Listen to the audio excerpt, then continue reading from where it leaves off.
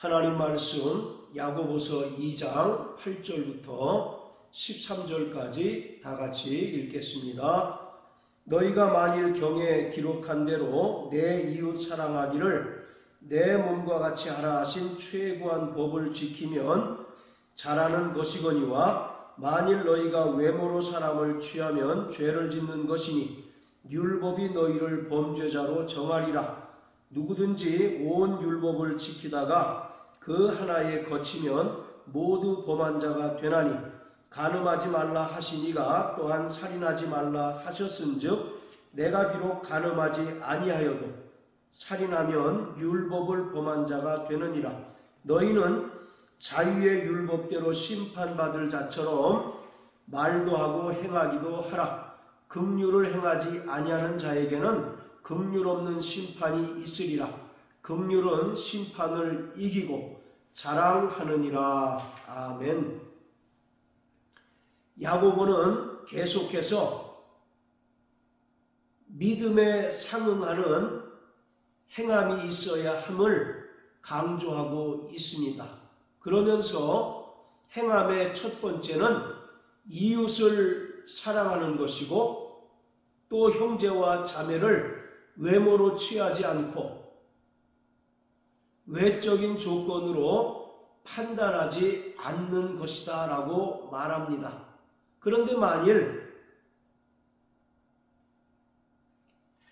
구원받은 성도들이 이웃을 사랑하지 않고 또 형제를 외적인 모습으로 판단하고 정죄한다면 오히려 율법이 이러한 자들을 범죄자로 정죄한다고 말합니다. 그러면서 이웃을 향해서 긍휼을 베풀 것을 권면하고 있습니다. 하나님께서 모세를 통해서 이스라엘 백성들에게 십계명을 주셨는데 바로 십계명의 완성은 사랑입니다. 자, 마태복음 22장 35절부터 40절까지 다 같이 읽겠습니다. 그 중에 한 율법사가 예수를 시험하여 묻되 선생님이여 율법 중에 어느 계명이 크니이까?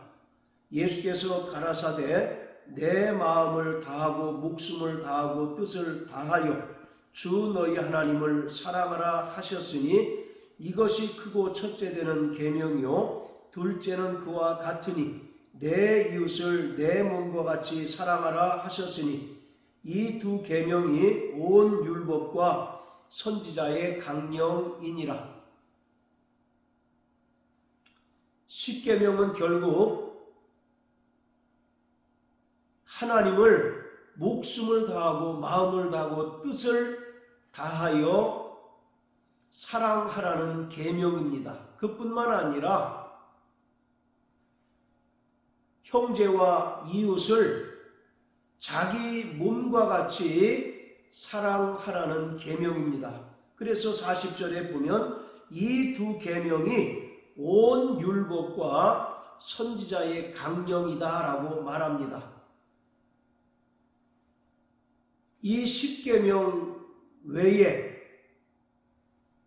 율법에는 613가지의 계명이 있어서 하라고 하는 적극적인 계명과 또 하지 말라고 하는 소극적인 계명으로 나뉘는데 이러한 613가지의 율법의 모든 계명을 압축하면 결국 하나님 사랑과 또 이웃 사랑에 관한 계명임을 알 수가 있습니다.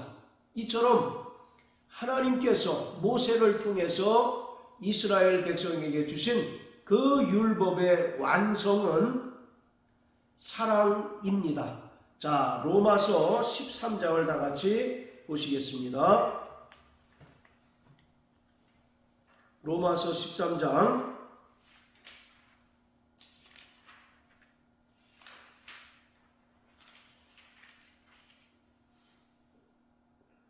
자, 8절부터 10절까지입니다. 피차 사랑의 빛 외에는 아무에게든지 아무 빛도 지지 말라.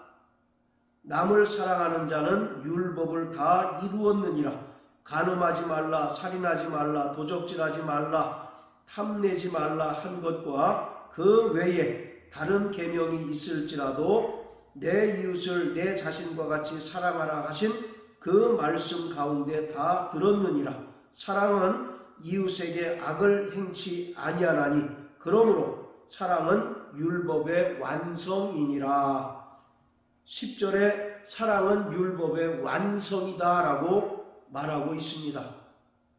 바로 하나님을 사랑하고 또 이웃을 자기 몸과 같이 사랑하는 자는 율법을 다 이룬 자라고 말하고 있습니다. 이처럼 하나님께서 이스라엘에게 주신 그 율법의 최고의 계명은 사랑입니다. 그리고 예수님께서 제자들에게 새 계명을 주셨는데 그 새 계명 역시 바로 사랑입니다. 새 계명을 너희에게 주노니 너희가 서로 사랑하라. 내가 너희를 사랑한 것처럼 너희도 서로 사랑하라. 너희가 서로 사랑하는 것을 봄으로써 너희가 나의 제자인 줄 알겠노라. 이렇게 예수님께서 제자들에게 말씀하셨습니다. 이처럼 하나님께서 모세를 통하여 이스라엘에게 주신 옛 언약도 바로 사랑으로 완성이 되는 것이고, 예수님께서 이 땅에 말씀이 육신이 되어 오셔서 친히 십자가에 달려 죽으심으로써 이루신 새 계명 또한 사랑인 것입니다. 그렇기 때문에 야고보 2장 8절에는 내 이웃 사랑하기를 내 몸과 같이 하라 하신 그 최고한 법을 지키면 잘하는 것이다 라고 말씀하고 있습니다. 이것은 구원받은 성도들은 마땅히 주님으로부터 새 계명을 받은 자로서 이웃을 자기 몸처럼 사랑해야 한다는 것입니다. 우리가 사랑받을 만한 자격이나 조건을 갖춤으로써 주님이 우리를 사랑하셔서 십자가에 달려 죽으심으로 우리를 구원하신 것이 아니라 우리는 본질상 진노의 자녀였었고, 로마서 5장 8절의 말씀처럼 우리는 아직 죄인이었지만 하나님께서 독생자 예수 그리스도를 친히 십자가에 달려 죽게 하심으로써 우리를 향하신 하나님의 사랑을 확증하시고 나타내 주셨습니다. 이처럼 아무 조건 없는 그 하나님의 그 크신 사랑과 은혜를 통하여 구원받은 하나님의 자녀들이 이웃을 사랑하고 또 형제와 자매를 외적인 조건으로 정죄하고 판단하지 않는 것은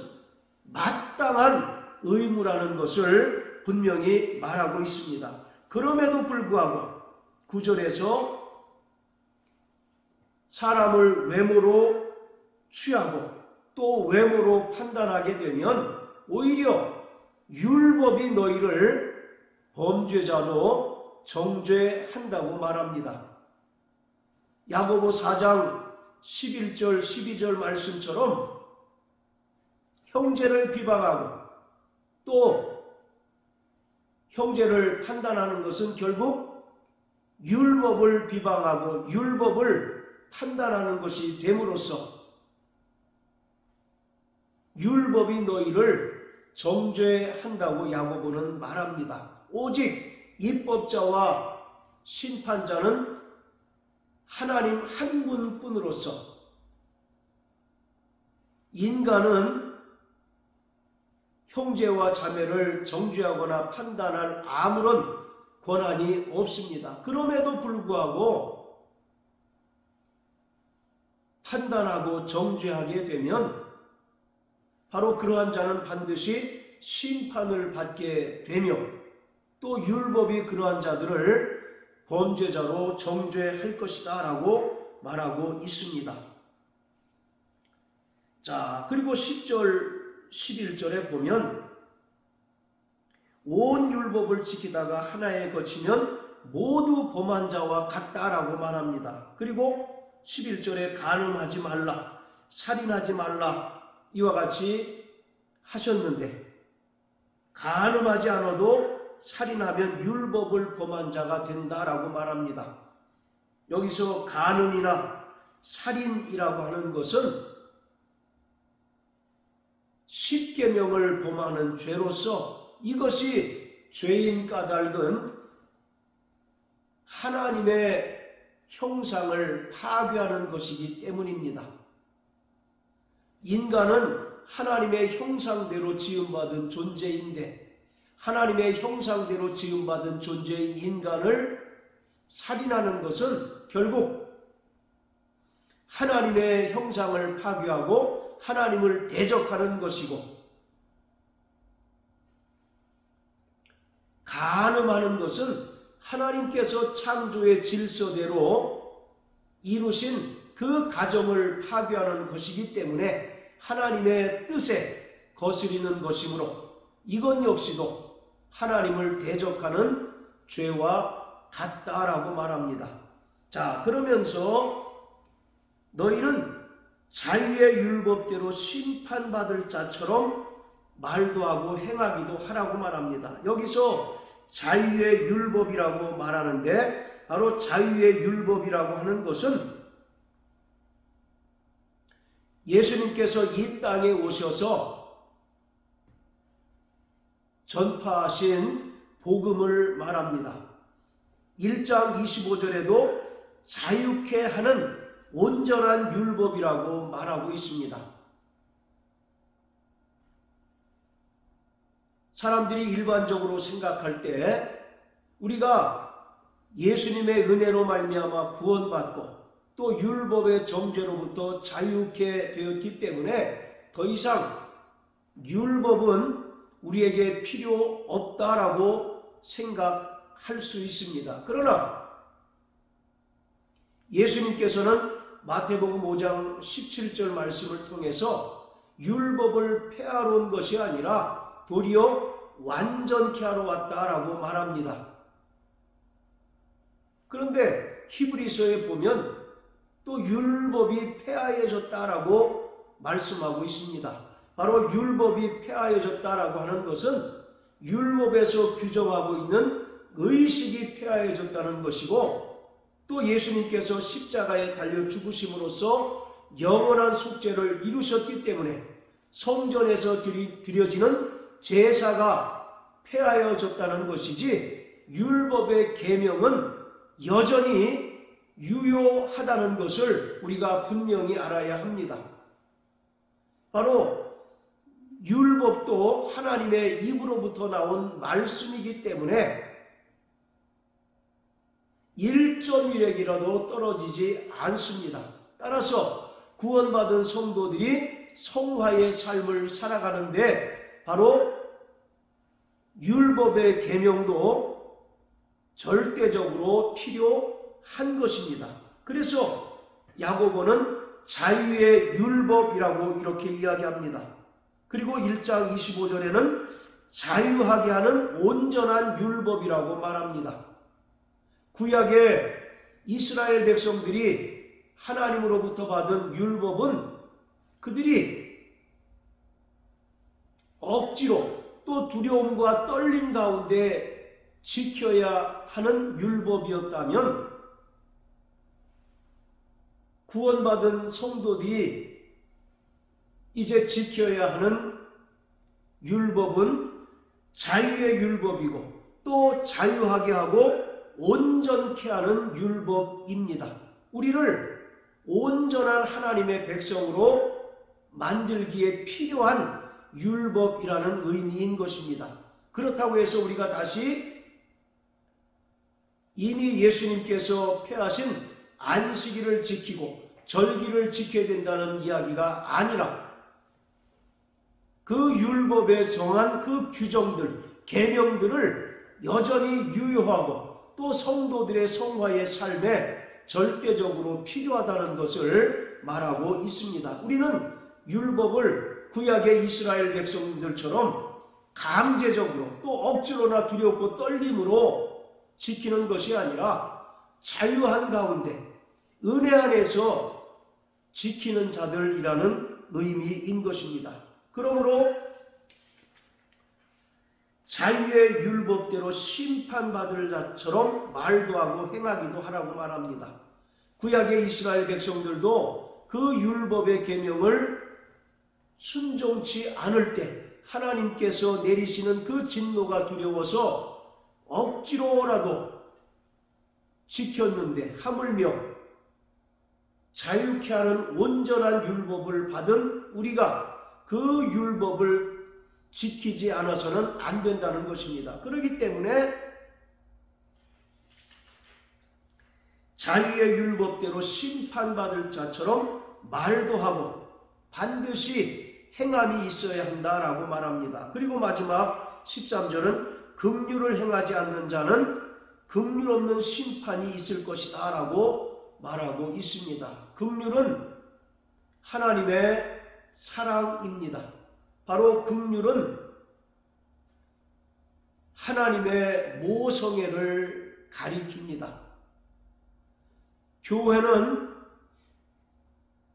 구원받은 자들의 신앙의 어머니로서 긍휼로서 형제와 자매를 용납하고 또 형제와 자매를 사랑해야 합니다. 하나님에게는 부성애적인 사랑도 있고 또 한편으로는 모성애적인 측면도 있다는 것을 알아야 합니다.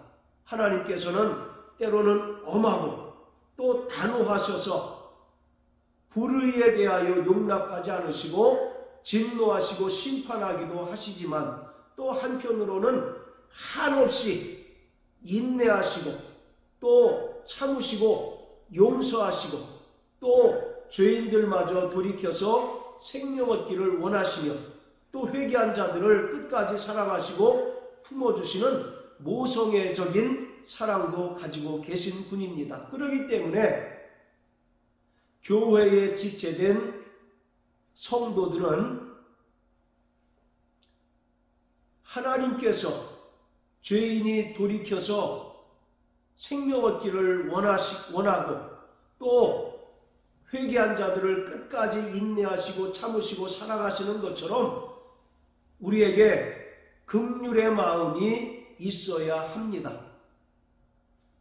에베소서 4장 32절에 보면 너희가 하나님께 용서를 받았기 때문에 마땅히 너희도 형제와 자매를 용서해야 한다라고 말하고 있습니다. 그리고 마태복음 10장에 보면 우리는 과거 하나님께 1만 달란트 빚진 자였습니다. 그런데 그 은혜로 말미암아 1만 달란트를 탕감받은 자입니다. 그런데 우리에게 100데나리온 빚진 자를 탕감해 주지 못함으로 인하여 임금에게 불려가서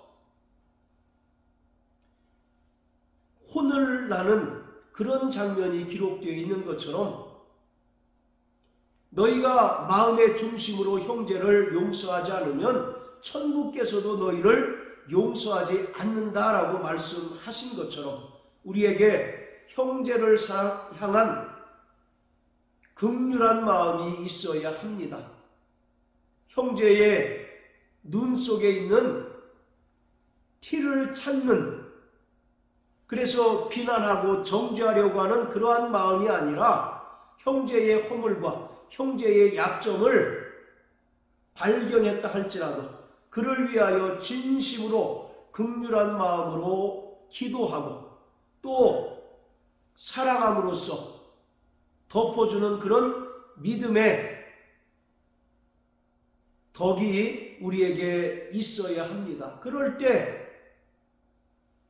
구원받은 성도들의 공동체인 교회가 더욱더 은혜와 사랑이 충만한 공동체로 든든히 서가고 이 땅에 교회를 세우신 하나님의 뜻과 목적을 온전히 이룰 수가 있는 것입니다. 그렇기 때문에 우리가 하나님의 은혜로 말미암아 구원받은 하나님의 자녀가 되었다면 마땅히 이웃을 사랑하고 또 형제를 외적인 조건으로 판단하는 것이 아니라 형제에 대하여 긍휼한 마음을 가지고 그를 품고 사랑하는 자가 되어야 합니다.